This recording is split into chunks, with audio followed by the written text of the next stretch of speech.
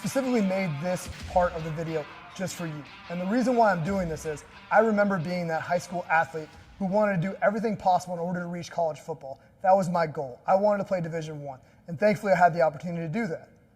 One of the biggest things that I did, and it was a mistake, was I took supplements that I didn't know much about.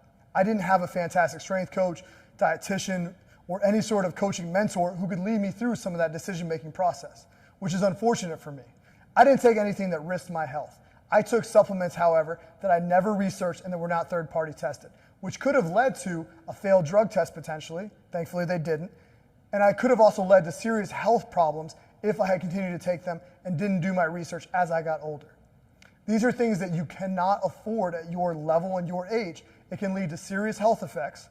It can lead to performance effects, or again, could lead to serious negative connotations and negative actions taken against you by whatever sporting federation oversees your drug testing and your performance.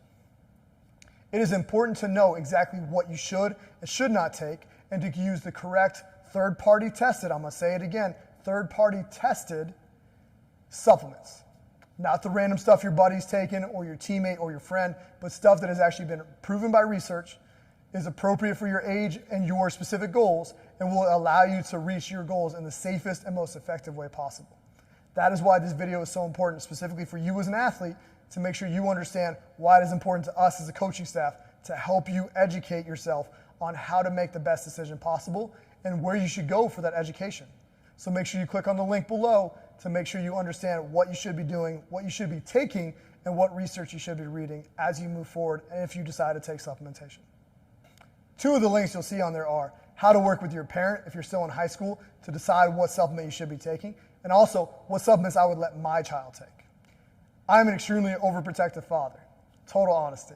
My little girl is my life, and my son who's on the way, already love him more than I can even say. It is important to me that their health, specifically for performance, if they decide to get into sports, is taken care of, because that's something that I know is important to me and my wife, who is also a Division I athlete.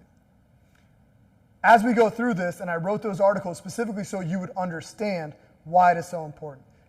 Please read those articles so you understand what you should and should not be taking and how to work with your parent to help them with their education. And of course, if they ever have any questions or want to talk about it, we will be happy as a staff to talk with your parents and help them understand our rationale, our research, and our reasoning for why we want you to take those specific things, if we decide that's the way to go.